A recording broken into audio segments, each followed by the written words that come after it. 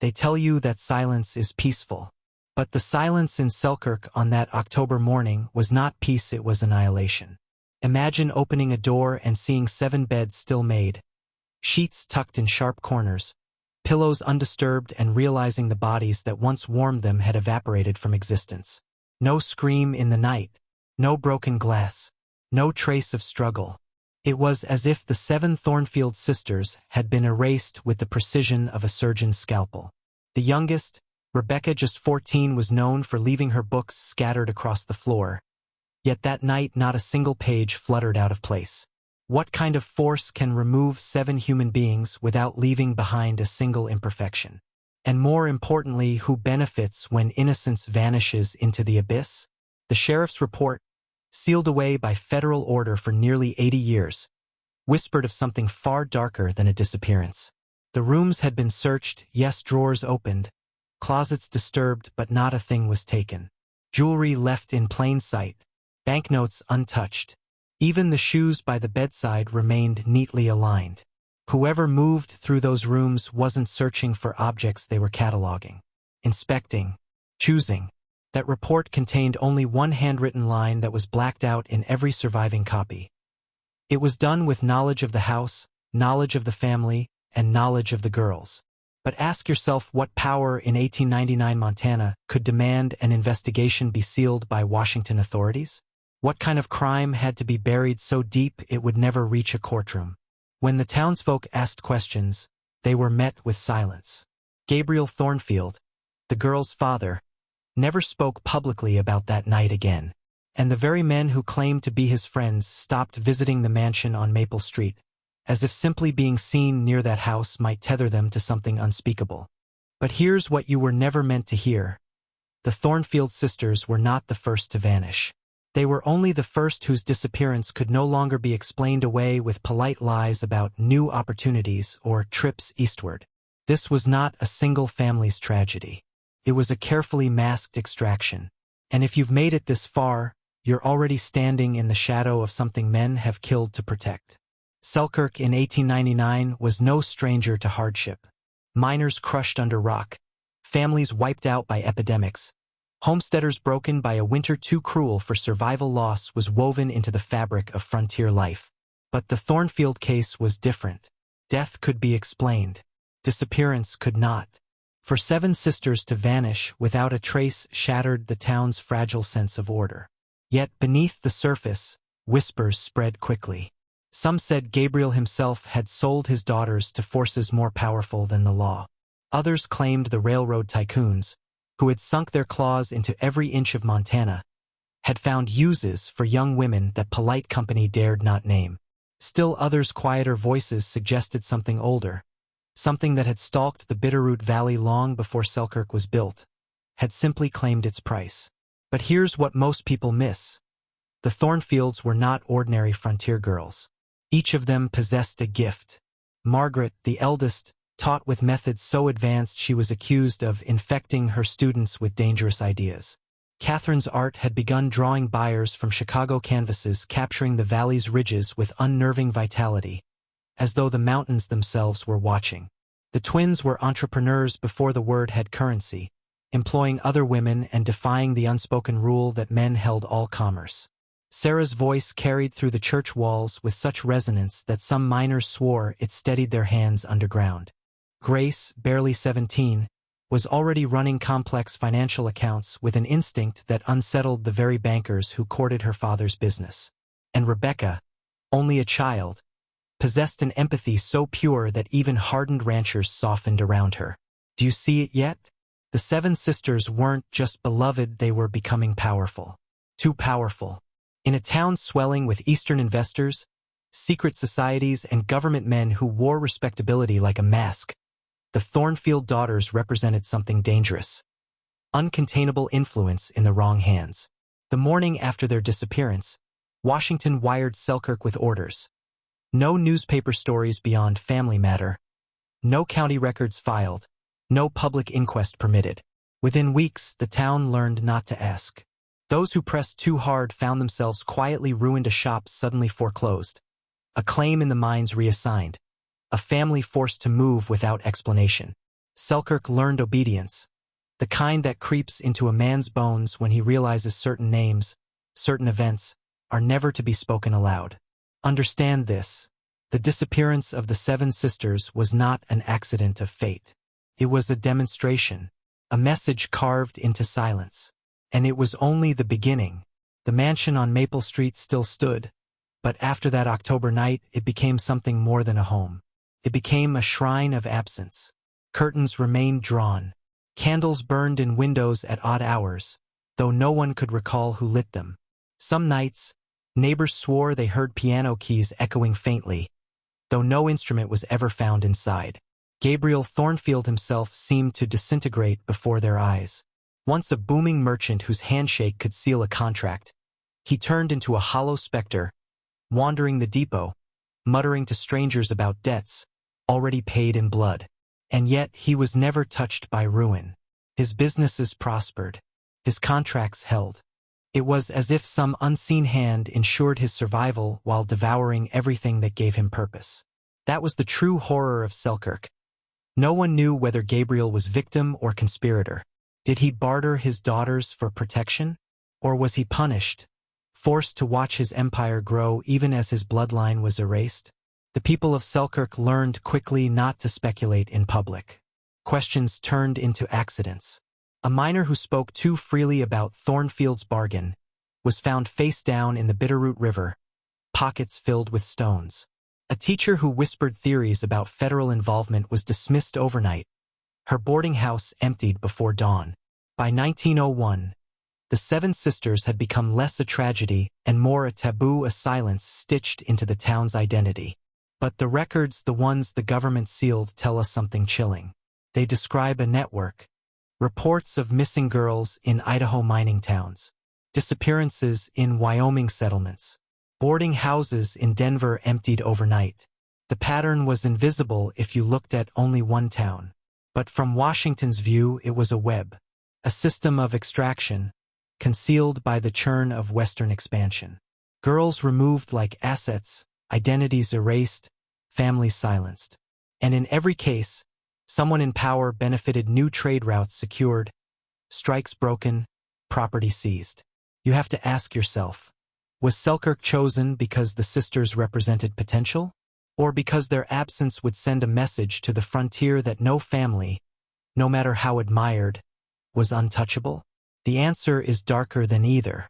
Because the evidence suggests the Thornfield sisters weren't erased for who they were but for what they were becoming. And once you see that, the story stops being about the past. It becomes a mirror. Power doesn't simply destroy, curates. It selects what is remembered and what is buried. Selkirk 1899 was no isolated tragedy, it was a testing ground. You see, when 7 promising women could vanish in plain sight, and the town itself was forced into silence, something was proven to those watching from higher levels. It proved that entire communities could be conditioned to forget. That fear, when applied with precision, rewires memory itself. Look closely at the aftermath. Within 3 months, local papers stopped printing the sisters' names. Within a year, newcomers to the valley were told only vague rumors, a fire, an illness, a family gone east. By the 2nd generation, Selkirk children didn't even know the Thornfields had existed. That's not natural forgetting. That's manufactured forgetting. And here's the truth that should chill you. This was one of the earliest recorded instances of what psychologists today would call narrative erasure, not through censorship alone, but through engineered silence. It's a control system older than television, older than propaganda posters. The principle is simple. If those who lived through it are broken into submission, and those who inherit the land are denied even the memory, the event ceases to exist. History becomes pliable, and a people without memory are clay in the hands of power. The sealed report from Washington reveals that agents were dispatched not to investigate, but to instruct. They directed local pastors on what could be preached. They advised merchants on what could be said to travelers. They even paid families in cash to repeat the same harmless explanation whenever strangers asked. It was not truth they spread, but containment. The disappearance itself became secondary to the training exercise. Could a town be taught obedience through silence? Could reality itself be bent around an absence? The answer was yes. And once Selkirk proved it, the same strategy began appearing everywhere from the coal towns of Pennsylvania to the rail hubs of Kansas City. Families broken, questions buried, silence weaponized. Now ask yourself, how many stories from America's frontier were never lost, but deliberately erased? How many absences were engineered as proof of obedience? When you stare at Selkirk, you're not just looking at a ghost story. You're looking at the blueprint of psychological control.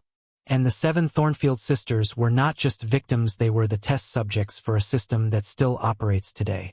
If you trace the faint lines left in the sealed reports, the Thornfield disappearance wasn't just about silencing Selkirk.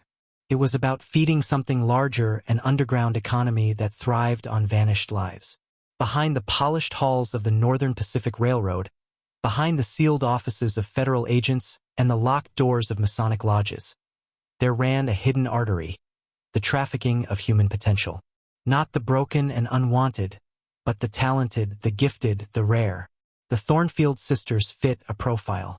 Margaret the thinker, Catherine the artist, Eleanor and Elizabeth the builders, Sarah the voice, Grace the numbers, Rebecca the heart. Each represented an archetype: intellect, creativity, enterprise, spirit, logic, empathy. Together they were not just daughters. They were assets. Assets that, in the wrong eyes, could be harvested. And here is where the corruption reveals itself. Federal files hint that Selkirk's tragedy coincided with a sharp rise in orphan relocations to eastern cities Chicago, Boston, New York.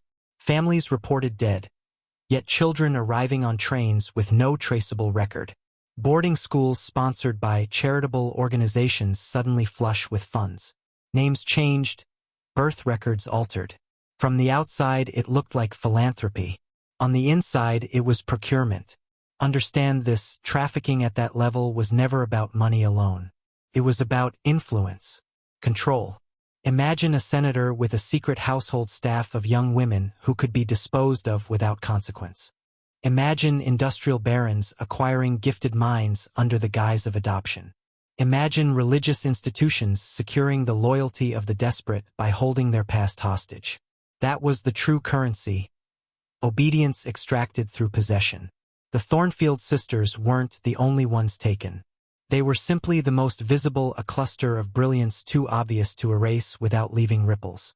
And those ripples forced the government's hand. Selkirk had to be crushed into silence, because if one family's abduction was questioned, the entire machine would be exposed. This wasn't law enforcement failing to protect the innocent. This was law enforcement protecting the predators. Agencies created to guard the frontier were instead curating which families survived and which daughters disappeared. And you must understand, when institutions feed on innocence, they never stop. They only grow hungrier. When you study disappearances like Selkirk, patterns emerge that go beyond commerce, beyond corruption. The Thornfield sisters were not simply removed, they were staged. Their nightgowns hung neatly, their rooms meticulously disturbed but left intact. It was theater, precision, symbolism. That kind of detail doesn't happen by chance. It's ritual. Across the frontier, similar vanishings carried the same signature. Families erased but beds left made. Diaries left open on half-written pages. Shoes neatly arranged by doors. These weren't just crimes, they were messages. And the message was not for the townsfolk. It was for those who already understood the language of ritualized power. Think of it. 7 sisters, 7 ages spanning from child to woman. 7 gifts, 7 archetypes. In the old world, the world before railroads, before Washington, 7 was a sacred number. 7 stars of the Pleiades. 7 virtues and 7 sins. 7 steps in the initiation rites of secret societies that seeded themselves into the new world. Do you really think their disappearance lined up with that pattern by accident? The sealed report never mentioned this. But marginal notes scribbled by the sheriff before federal men confiscated his files described something unsettling. Marks burned into the attic beams, symbols not in English, not in Latin. What language was it? Why was it scrubbed from the record?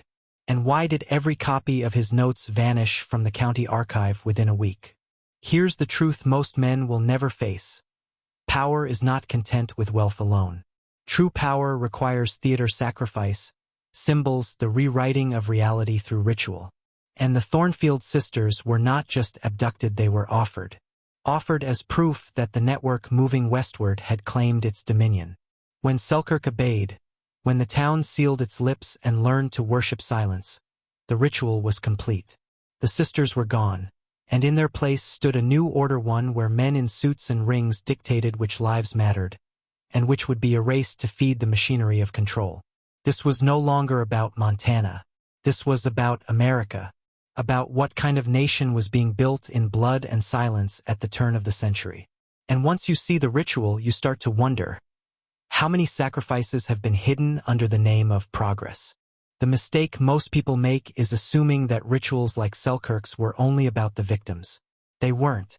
They were about you, about the witnesses, about the men who lived in that valley and learned that their words had no power, their memory no protection, their daughters no safety.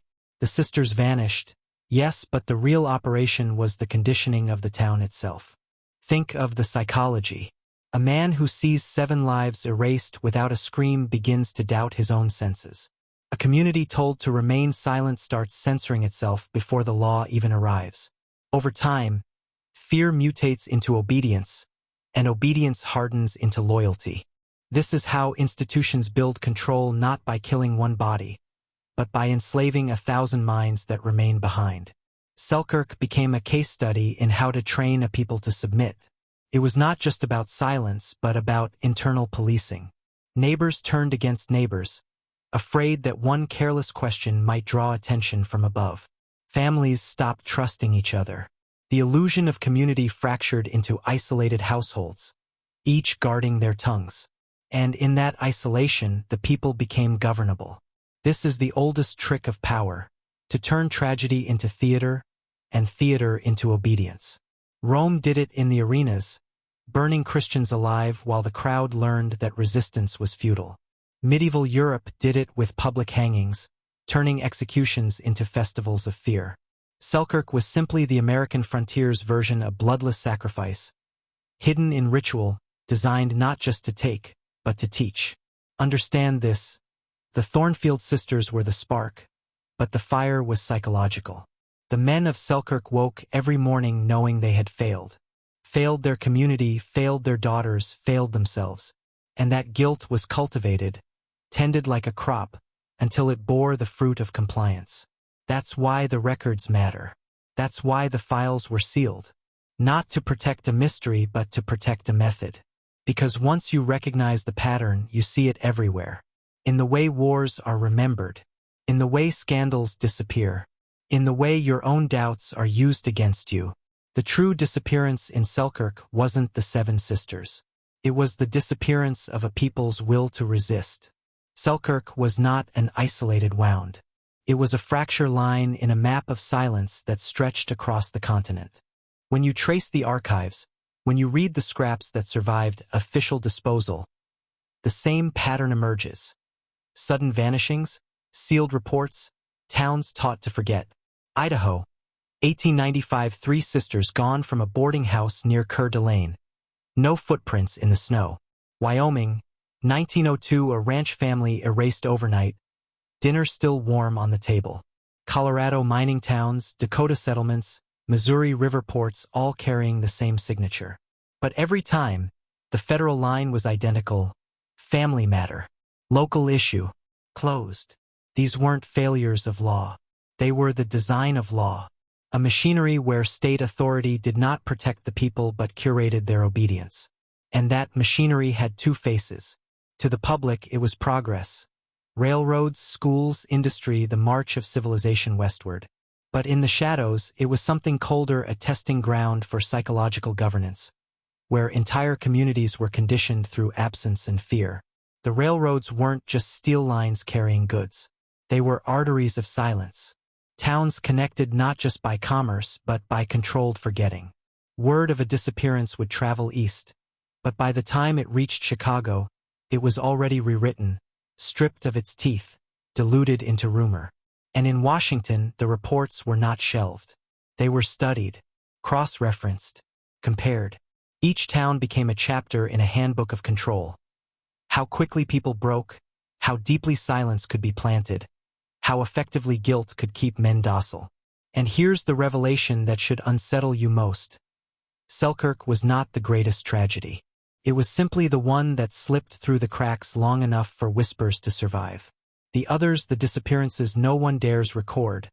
The families erased without even a headstone, those were perfected erasures. They left no echo, no trail. America tells itself it was built on freedom. But freedom was only granted once obedience was proven. Every westward expansion, every boomtown, every railroad hub, all of them were laboratories. The question wasn't whether men could conquer land. The question was whether men could be conquered without ever realizing it. And in that sense, Selkirk wasn't a mystery. It was a warning.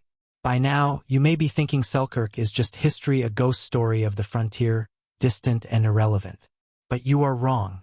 Selkirk is a blueprint, and that blueprint is alive today.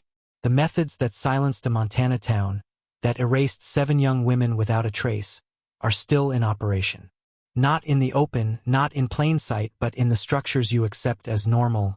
Institutions, corporations, media, governments. Think about it. How often have you been told to accept a version of reality that didn't sit right? How often have inconvenient truths been buried under layers of distraction, ridicule, or fear? That is the same principle that controlled Selkirk. Narrative erasure. Control the story, and you control the people. The town was trained to forget. You are trained to overlook. But the parallels go deeper. The network that orchestrated the Thornfield disappearance didn't only remove bodies, it removed potential threats. Young minds capable of influence, creativity, and leadership. Today, potential is targeted in subtler ways. Through media that shapes your desires, education that limits your questions, social structures that reward compliance over courage. The lesson is identical. Power is not merely taken, it is cultivated by conditioning others to accept it without resistance. Now, here's where it becomes active for you. Awareness is the first step. Understanding that the forces shaping your world, as invisible as they seem, operate by the same rules that erased the Thornfields, is the first crack in the system. And awareness without action is useless. A man who sees the machinery but does not act becomes a witness, helpless, haunted, predictable. If you're still with me, here's what I want you to do. In the comments, write, "I see the pattern," and do it twice. Not as a game, not for show. As a signal to yourself that you are breaking the conditioned silence. Lock it in. Own it. Because the moment you recognize the pattern, you are no longer a passive participant in the system. You are awake. And once you awaken, you start seeing it everywhere. Missing truths in history, missing context in news, missing opportunities in your own life, all orchestrated by those who understood the power of silence, long before Selkirk even existed. Selkirk was not an accident. It was a masterclass. And now you are in the audience. Selkirk was only the surface. The deeper you dig, the more terrifying the machinery becomes. The Thornfield sisters were a single thread in a vast tapestry of corruption. A network so extensive that entire states were complicit, knowingly or unknowingly, in the extraction of human potential. These weren't isolated criminals, they were a system, institutionalized, refined over decades, and protected by law, wealth, and secrecy. Follow the threads and you find a chilling pattern. Charitable organizations, religious institutions, federal agencies, and private businesses all converged, each serving as a node in a network that trafficked the gifted, the promising, the young, the inconvenient. They didn't need to take every child. They only needed to take the ones who mattered, whose disappearance would bend the world subtly in their favor. Every transaction was precise, every erasure intentional. Nothing was random, and it was not only about removal. It was about conditioning the observers, the families, neighbors, townsfolk into obedience. Selkirk's townsmen were witnesses, but they were also instruments. Their silence, their fear, their internalized guilt, ensured the network remained invisible. Once a community learned the cost of questioning, the machinery moved forward unchallenged. Consider the economics of it. Every young mind removed was a loss to the public, a gain to the hidden elite. Education, talent, creativity all diverted to serve agendas hidden behind philanthropy, politics, or religion. Families were punished for resistance, often subtly, often fatally. Compliance was incentivized. Dissent was eliminated. The network didn't just survive, it thrived, generating influence that expanded quietly, unchecked, from Montana to the rest of the country. And here's the most disturbing truth. Selkirk's blueprint persists. It has evolved, adapted, modernized, but the principles remain identical. Control narrative, remove threats, condition obedience, operate in plain sight while feeding on secrecy. Power has learned that the most effective weapon is invisibility, and the most effective crime is the one never acknowledged. Now ask yourself how many Thornfields are vanishing today in ways you cannot see. How many potential leaders, innovators, creators are quietly neutralized by systems designed to profit from their absence. Selkirk was a warning, a demonstration, and those who control the machinery still watch, still extract, still shape reality while the world sleeps. The deeper you look, the more you understand. The disappearance of the seven sisters was never about Selkirk. It was about proving that nothing, not innocence, not talent, not potential, is safe when power decides it belongs to them. Selkirk is modern, but its methods are ancient. Look beyond the railroads, the federal offices, the mining towns, and you see patterns older than America itself. Europe, the Mediterranean, Mesopotamia. Societies where power was maintained not through persuasion alone, but through ritualized control, selective erasure, and the orchestration of fear. Kings did it. Priests did it. Secret councils did it. Selkirk was simply the frontier's iteration of a timeless strategy. The Thornfield sisters were archetypes, yes, but that is no coincidence. Cultures across centuries revered, feared, and ultimately exploited archetypes in young women. The priestesses of ancient temples, the daughters of noble houses, the apprentices in secret guilds, all carefully chosen, all removed at critical moments, all silenced or sacrificed to ensure continuity of power. The modern network that struck Selkirk is simply the heir to that knowledge, adapted to new geography, new tools, new bureaucracy. Consider the symbolism.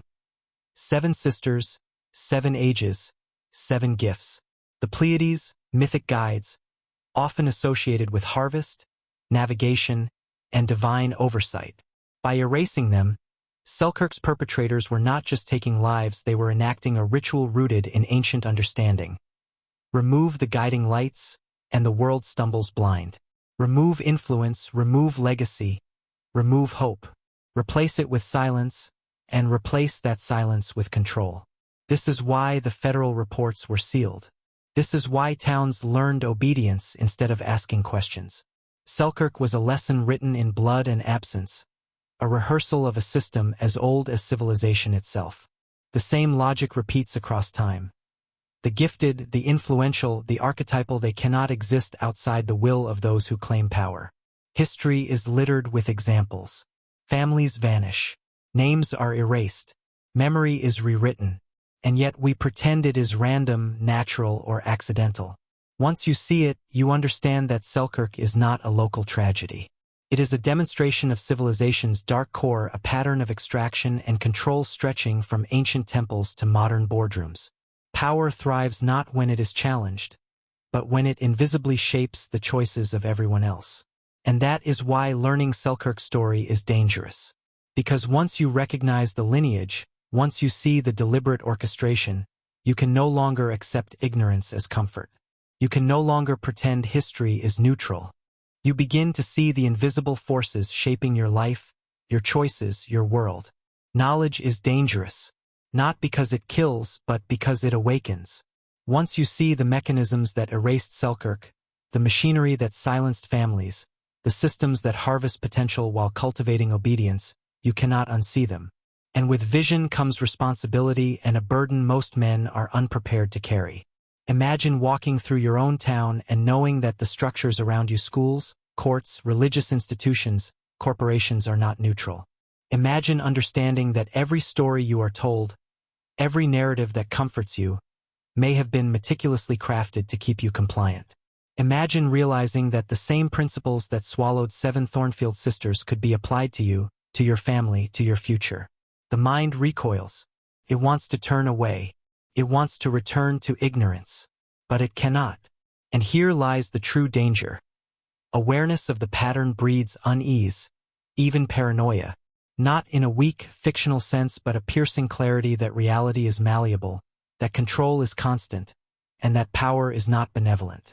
Selkirk teaches that innocence is fragile, that systems reward silence, and that those who see the truth are never safe. They are targets, even if the threat is subtle. The manipulation of perception, the reshaping of choices, the quiet erasure of dissent. Yet knowledge also carries a different weight, the weight of opportunity. Once you recognize the pattern, you gain the rarest form of power, understanding. Understanding that the same forces that orchestrated Selkirk can be navigated, anticipated, and in some cases defied. But it requires discipline, courage, and a willingness to walk paths others fear to tread. You must learn to see without flinching, to question without hesitating, to act without fear. So now I ask you again, not as a suggestion, but as an initiation. Write in the comments, "I see the pattern," and repeat it twice. This is not a gimmick. This is a declaration that you acknowledge the machinery, that you recognize the extraction, that you are awake in a world designed to keep you blind. Once you do, you will notice it. Everywhere. In forgotten histories. In silenced voices. In the choices and absences around you. And then the question becomes not whether you see, but what you will do with that knowledge, for awareness alone can be a prison, or it can be a weapon. Selkirk was a rehearsal. The disappearance of the 7 sisters was not an anomaly. It was a template for control that would spread across the nation, refined and hidden under layers of bureaucracy, law, and respectability. The agencies that oversaw the frontier were never just law enforcement. They were architects shaping compliance, manipulating memory, and directing fear as if it were currency. Every sealed report, every missing file, every vanished witness was a calculated investment in perpetuating influence. Understand this. The mechanisms that erased Selkirk were not abandoned once the sisters disappeared. They evolved. Schools became instruments for narrative control, where certain histories were highlighted, others ignored. Charities became recruitment channels, offering opportunity but enforcing dependency. Courts became selective, enforcing punishment inconsistently to maintain fear, ensuring obedience. Even churches, the supposed sanctuaries of morality, were leveraged to dictate what could be spoken, who could grieve, and which lives could be mourned in silence. And nowhere is this more evident than in the way communities are manipulated to self-police. Selkirk citizens learned quickly. Speak out, and consequences will follow. Obey the silence, and life continues. That same principle drives modern institutions. Compliance is rewarded, dissent punished. And the cycle repeats quietly, invisibly, like a shadow that stretches across generations. The elite who orchestrated these disappearances were not careless. They studied human psychology. They exploited archetypes. They recognized potential and either neutralized it or redirected it to serve their agendas. Talent, creativity, leadership, the very qualities that could challenge their authority, were siphoned, absorbed, or erased entirely. And the ordinary men and women who observed, unaware, were complicit in their own conditioning. This is why Selkirk still matters, because it teaches the rules of engagement. It shows how power hides behind respectability, how control masquerades as benevolence, how absence is weaponized to dictate obedience.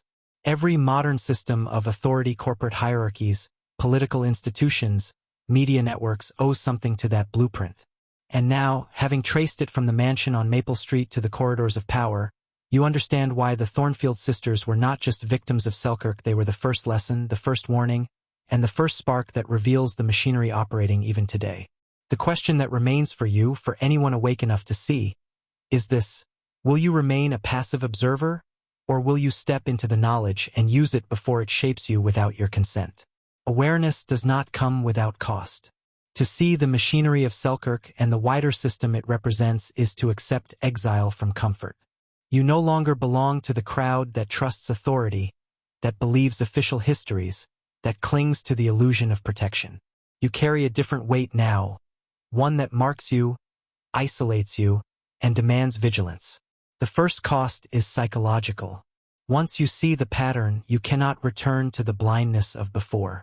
You notice it in conversations, in the media you consume, in the subtle omissions of history lessons, in the way institutions justify themselves. The world becomes heavy with hidden meaning, and you begin to realize that silence is not absence, but design. That constant pressure corrodes trust in systems, in people, even in yourself. The second cost is social. Speak too freely, and you are dismissed, mocked, or quietly pushed aside. Families turn distant. Friends become suspicious. Communities that once embraced you now label you difficult, paranoid, or unstable. They do not see the truth you've uncovered, they see only disruption of the order they have been conditioned to defend. Isolation follows, and in that isolation the system thrives, for it knows that truth is easier to neutralize when its bearer stands alone.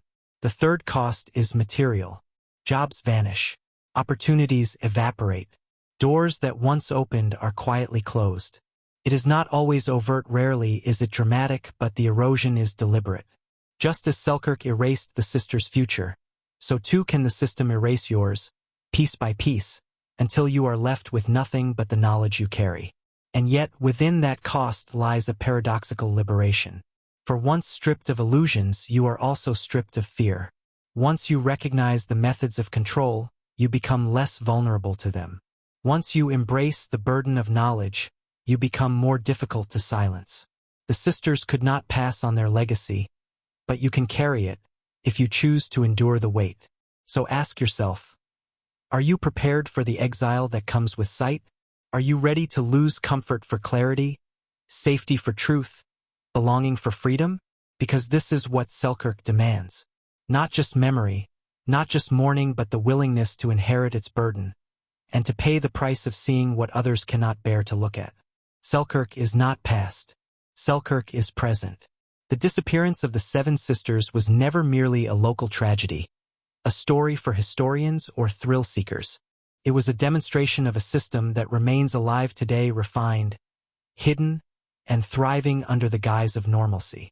Those who controlled Selkirk learned early that power is exercised not through brute force alone, but through absence, silence, and the manipulation of perception. That lesson has been repeated countless times since, in ways you may have never noticed. Think of it. Every time inconvenient truths vanish, every time voices are silenced under the guise of civility, every time potential is quietly neutralized before it can challenge authority, the legacy of Selkirk lives on. The sisters' rooms, frozen in time, were not just a haunting for Selkirk, they were a blueprint for controlling communities, shaping narratives, and erasing threats. And the most terrifying part? The machinery works so efficiently, most people never even suspect its existence. Now, the full weight of knowledge rests with you. You have seen the pattern, traced the network, recognized the rituals, understood the conditioning, and glimpsed the ancient lineage of this power. You understand that the disappearance of 7 young women was never about them alone, but about the training of the living, a lesson in obedience, fear, and control that continues to shape society today. And that is why this story was hidden, why the files were sealed, why the truth was whispered only in shadows. You were not meant to see it, but now you have, and knowing it changes everything. It forces a choice. To remain a passive observer, drifting within a world designed to shape you, or to carry the weight, sharpen your awareness, and navigate the machinery with your eyes wide open. The sisters cannot be returned. Their voices cannot be fully heard. But the lesson they left behind can be claimed by those who are awake, who are willing to endure the weight of knowledge, and who refuse to be silent. The disappearance of the 7 sisters of Selkirk is no longer just a historical mystery. It is a warning,